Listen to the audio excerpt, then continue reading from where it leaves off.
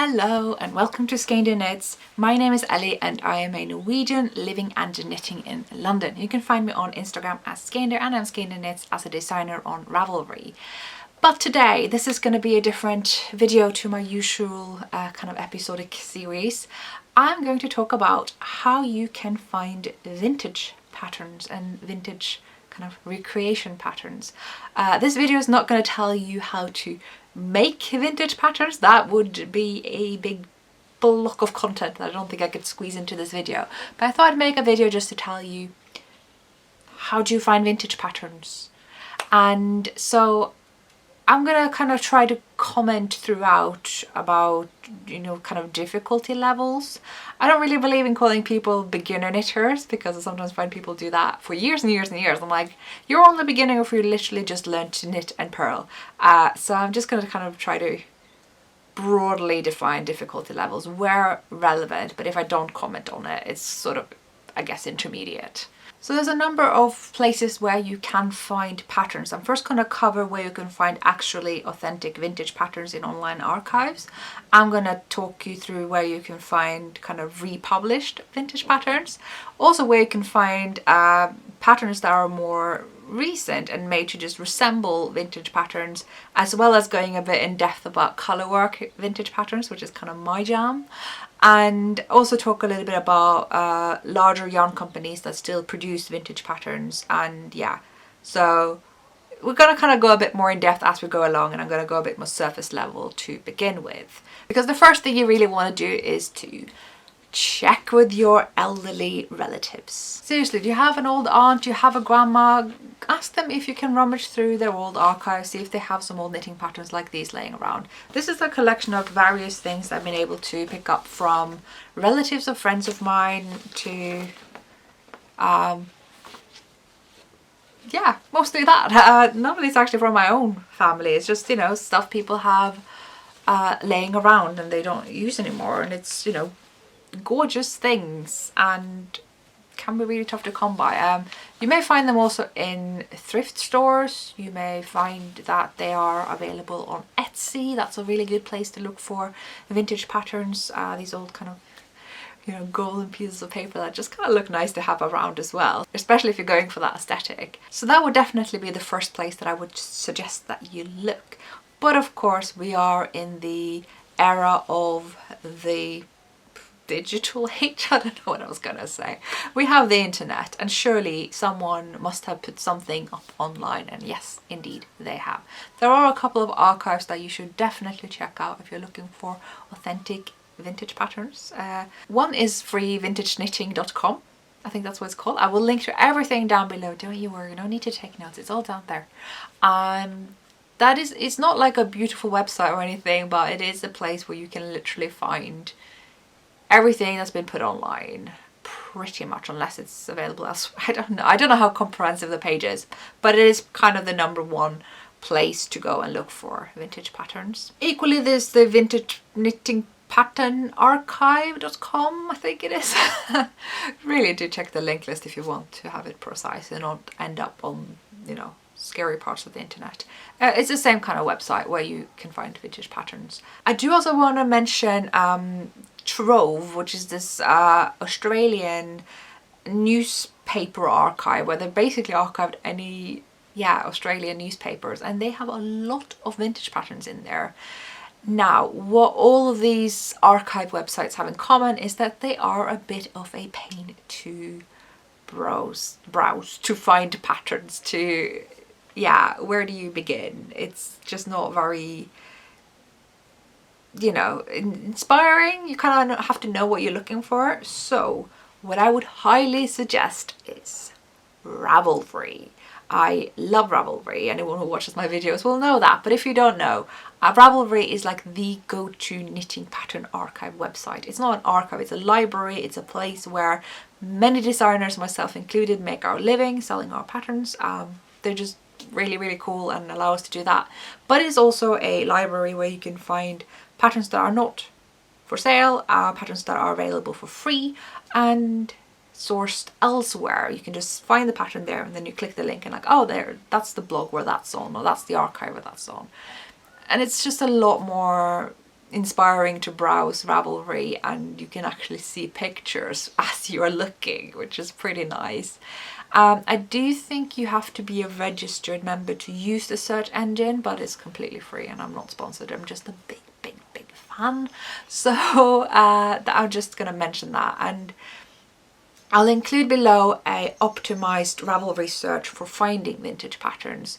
So basically what you want to search for is clothing, that's a category. I put in the word vintage there because they're usually used. And I've ticked off only search things that have photos, so you know what you're finding.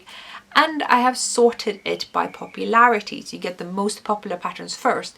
Now what you want to do is go to the very back and start from the, you know, page 60 or whatever the earliest page is, and work yourself from that, because that's usually where all the old patterns are hiding. You know, independently make patterns from today is usually what's trending on Ravelry. So if you go back, you will find the kind of more niche stuff. You can find a lot of really interesting things from the 80s there as well, but that's neither here nor there. So really recommend you use the optimized Ravelry search that I made for this video, basically. Because when you do that and you find something that you like, chances are there'll be a link in the description where you can jump straight into some of those internet archives that I mentioned, like the free vintage knitting websites or the Australian newspaper archives. And it's just going to make your life easier to find them, basically.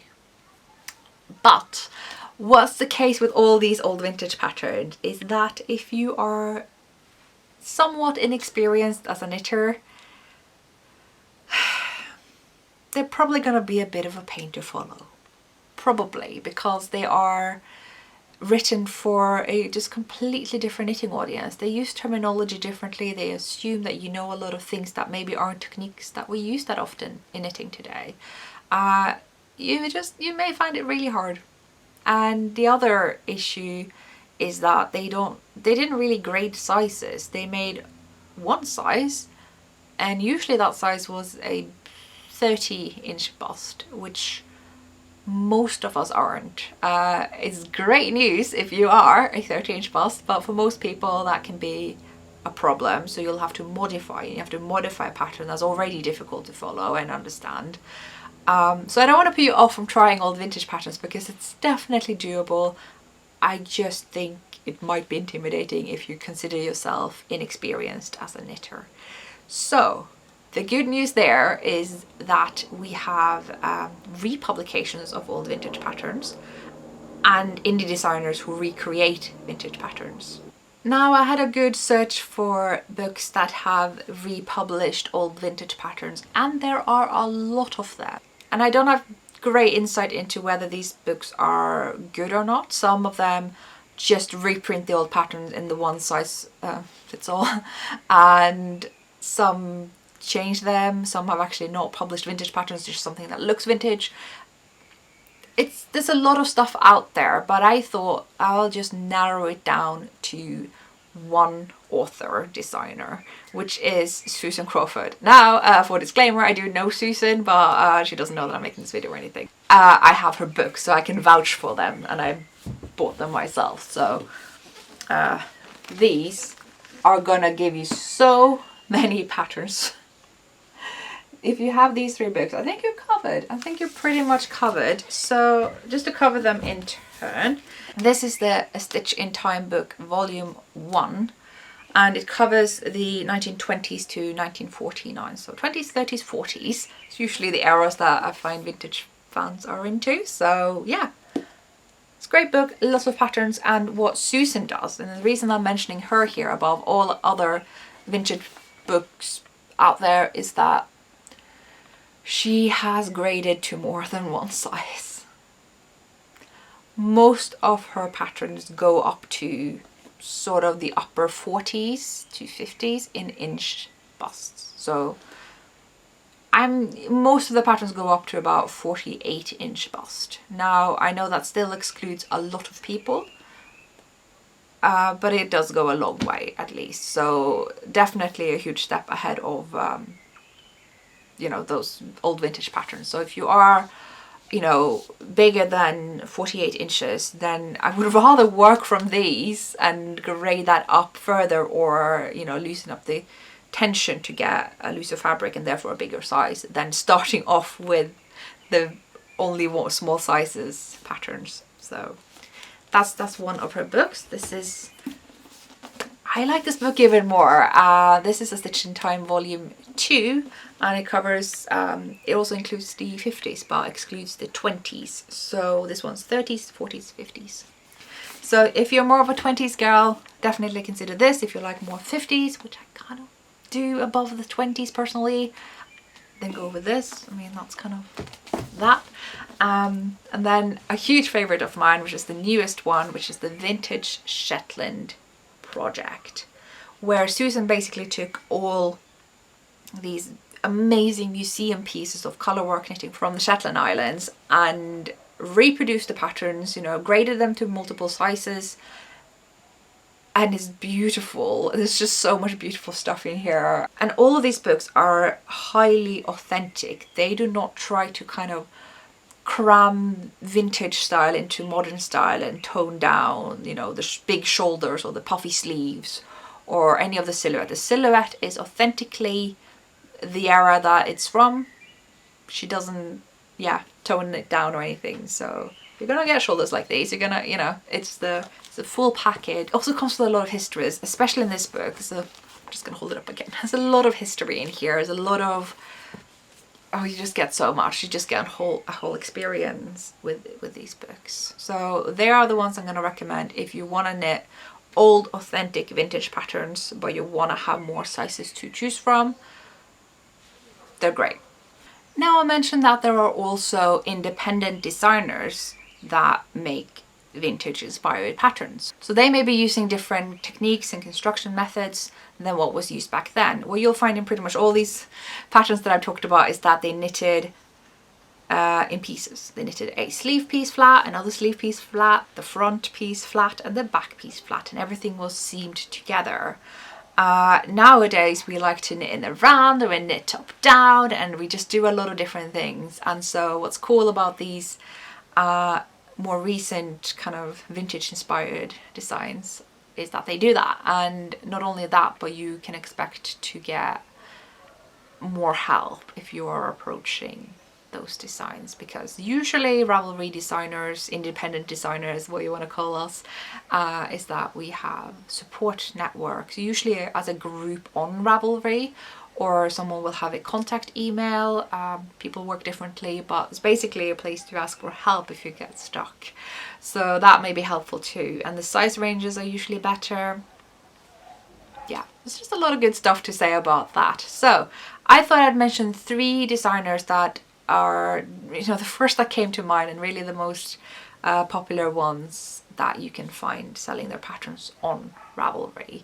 One is Amy Apple, and she would definitely be your go-to if your thing is 1950s rockabilly, pin-up, that sort of thing.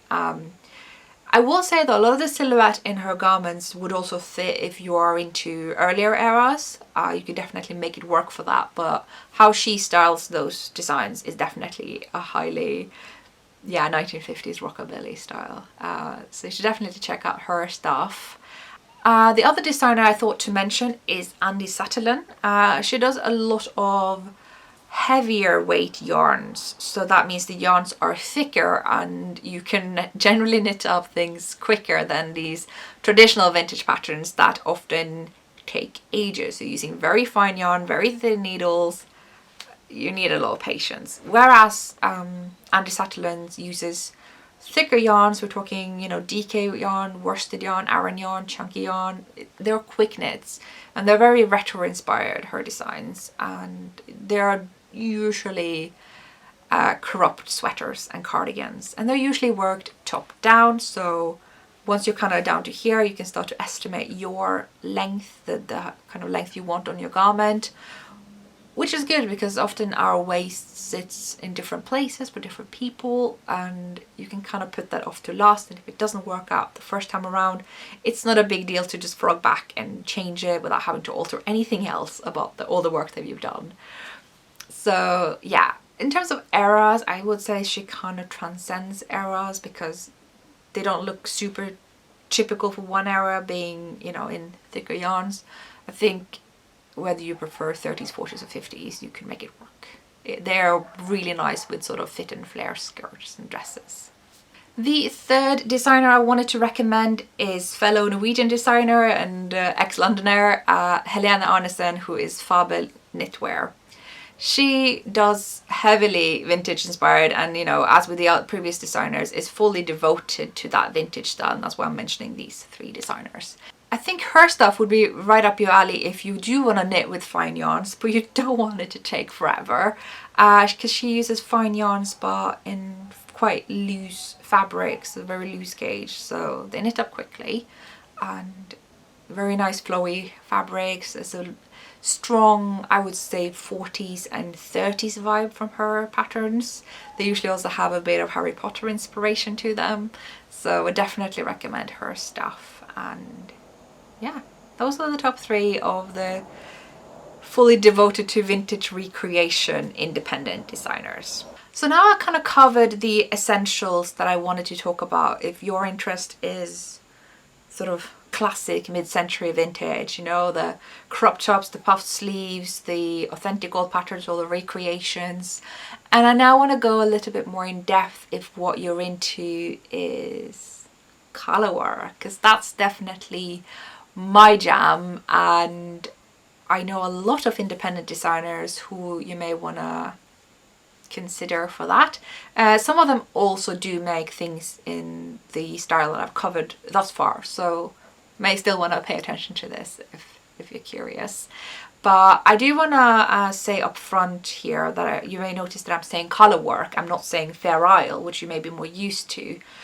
This is because Fair Isle is specific to Shetland knitting. So when I was talking about that Susan Crawford book, that is a specific Fair Isle type colourwork book. But there is also Scandinavian colourwork, there is Baltic colourwork, there is generally British colourwork. It's not all Fair Isle. It's not fair to the Fair Isles to water out the term that is so distinct for their culture. And equally, it's not fair to all the other cultures to be kind of lumped in with one that maybe they've been doing it for longer than Shetland or independently of Shetland and just kind of had their own thing. So I think it's very important to keep those terms separate, and I will be doing that anyway. I said I was going to comment on difficulty, didn't I? Basically, independent designers tend to be easier to follow than old classic vintage patterns. That's the summary. That's all you need to know. But now I'm definitely going to comment on difficulty because it varies when it comes to colourwork designers. The first designer I'm going to mention, I actually hesitated a bit about including because what she does is almost beyond vintage and more sort of art pieces and costumes, and that is Alice Starmore. She does heavily intricate, time-consuming colourwork designs with multiple colours. You should really be a confident knitter if you're going to approach these. I haven't ventured into Alice Starmore yet, mostly of lack of patience, but yeah. But I do want to include her because you're going to just be in awe to see her designs. Like, they are incredible. Next up, I really wanted to mention Ella Gordon. Ella Gordon is a Shetland designer. She's based in Shetland, she's from Shetland, and is heavily inspired by Shetland type yokes mostly. She does the classic kind of star and tree sort of patterned yokes, and we actually call them the XOXO pattern. You'll find similar ones in Scandinavian knitting, but in Shetland knitting, the O's are like the main motif, so they might be stars or something like that, and the X's are like just tiny things to fill out in between. Whereas in Scandinavian knitting you'll find it's the other way around. The X is the main motif, and then maybe the O's are like little diamond shapes in between just to fill out. So that's the general difference there if you're wondering. But yeah, Ella Gordon's got wonderful designs, very Shetland vintage, so you should check that out. Equally, we have Gudrun Johnston, also a Shetland-based Shetland designer. She's got a lot of classic colourwork stuff, and she also does a lot of sort of general vintage looking things, but the lace charts will often be traditionally Shetland. In particular, you should look out for the design Audrey in Unst. I don't know about how to pronounce Unst, but and the Belmont cardigan. They're both very classic Shetland lace cardigans, a very vintage style. But I also would suggest you look for her the Shetland Trader book. She's got 2 books right now and one that's coming out, and they are very, very Shetland vintage. And then you have Kate Davies. Kate Davies is English, Scotland based, and I think you can definitely tell that in her style. It's broadly British, I would say, very Scottish influence, but also British. There's some clear Shetland influences there, but also some Nordic ones. I can definitely recognize a lot of Norwegian style in some of her designs. Very broad colourwork, cables, bit of lace, that sort of thing. I love her designs. She was actually the first designer that I kind of knitted from. So I would say beginner friendly, yeah, unless otherwise stated, I would say, you know, quite friendly to fairly new and intermediate knitters. Then we got Kristin Drysdale. She is, I believe, an American designer, but she's very, very, very Norway influenced. I can vouch for that as a Norwegian. Her style is distinctly Norwegian, and there's a lot of colour work, a lot of garments.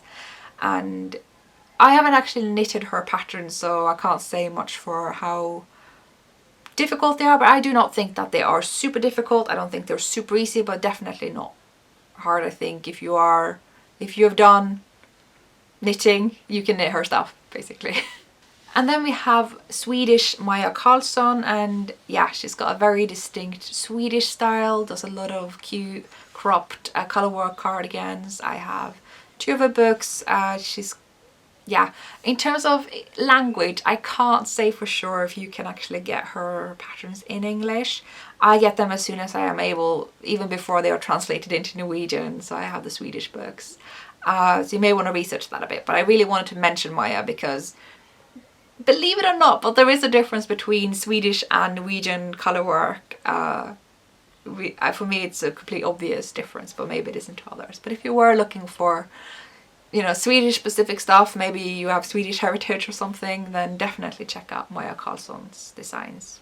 And now we have some of the more advanced ones again. Marie Wallin, British designer, is one of those, you know, classic Rowan designers. So she used to work with them for a long while until she's gone independent and a lot more Shetland influenced. I'm not gonna say she's, I mean, yeah, I would probably put her up there with like Alice Starmore in that I suggest knitting her stuff once you are quite confident as a knitter. This is, again, not stuff that I have ventured into yet, but I do think her colour style is gorgeous, but I wouldn't always choose the techniques that are recommended in her pattern. So I think it's good to be an experienced knitter to know whether or not to listen to what the pattern tells you, basically.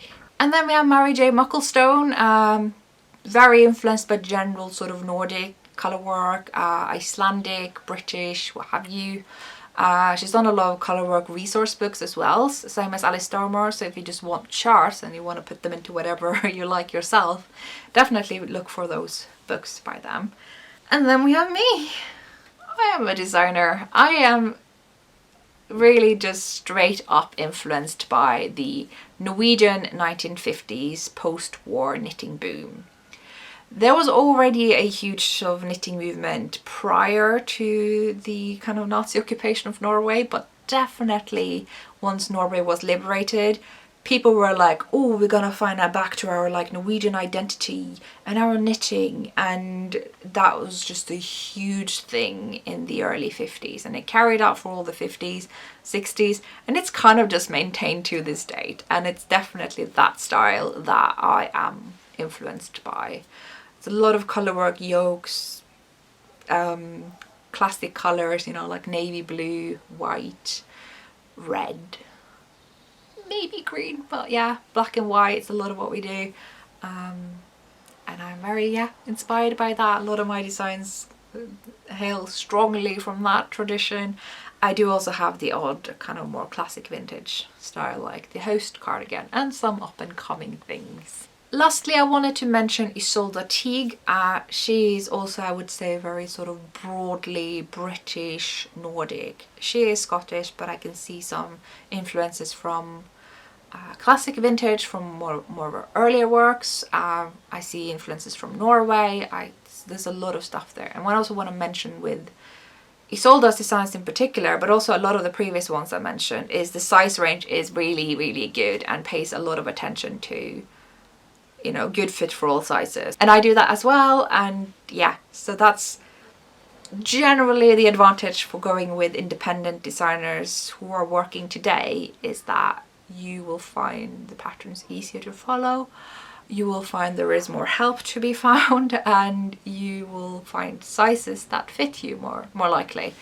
So there are some reasons for, you know, paying what, like £5, $6 or something like that for a pattern that isn't going to discourage you from ever knitting again. So I would definitely recommend any of the above designers. And lastly, I just wanted to mention some yarn companies. Now, I still highly recommend you knit from independent designers, not just because I am one, but I do generally believe that is the better knitting experience. But I should add that there are yarn companies who to this day publish patterns that they had back in the vintage days, that they are still publishing. So I just thought I'd give them a little mention, because maybe you want to just go straight there. There is Istex, that's an Icelandic yarn company that make Lopi, you know, all those yarns. They have what's called the Lopa Pesa pronunciation. So they have their colourwork yokes. That's a very distinct Icelandic style. You wouldn't mistake them for anything else, I don't think. But it was actually inspired by the Norwegian 1950s knitting boom with all those colourwork yokes. So it isn't as old as we think. And yeah, Istex have a lot of those patterns, a lot of colourwork yokes, and they are often also quicker to make and look very earthy. And yeah, there's also Rauma and Sandnes from Norway. These are both yarn companies, and it can unfortunately be very hard to get their patterns in English and without buying the yarn simultaneously, because that's really why they have these patterns. It's so they can sell their yarn. So if I remember, I'll include some resources below where you can get English language patterns. I'll try to remember doing that. But they have really cool patterns from that Norwegian 1950s boom, and that's really cool. Related to that, I do also want to mention this series, again, to my knowledge, just in Norwegian. They're called the Kofteboken series. There are 3 books. I think that's all it's gonna be. And yeah, I just wanted to mention these books because they have actually taken the trouble to not only republish the sort of mid-century colourwork patterns that the big Norwegian yarn companies have not republished themselves, but they have also expanded the size range, and they have changed some of the construction methods. So you can find some of them are top down, and it's just really exciting. Basically, you just can try and knit them in slightly different ways. Lastly on this list, I wanted to mention Rowan. They made a collection called Rowan's Finest, Rowan Select, which is, I think it's just like 5-6 patterns that they made to look vintage. They even had like grayscale photography, but the designs are new and the designers are, you know, still working independent designers today. And you can get them on Ravelry, and it's like, looks vintage, feels vintage, but isn't really. So I thought I'd mention that as well. I'm gonna just put a lot of links down below for you to explore. I hope this video was helpful, whether you are a regular viewer to my videos or you're just finding it maybe because you were looking for vintage knitting patterns. Yeah, hope this was helpful. If you like my channel, you may want to subscribe, but if not, that's no big deal. I just thought I'd put that reminder out there. But anyway, hope this video was helpful and enjoy your knitting. Bye!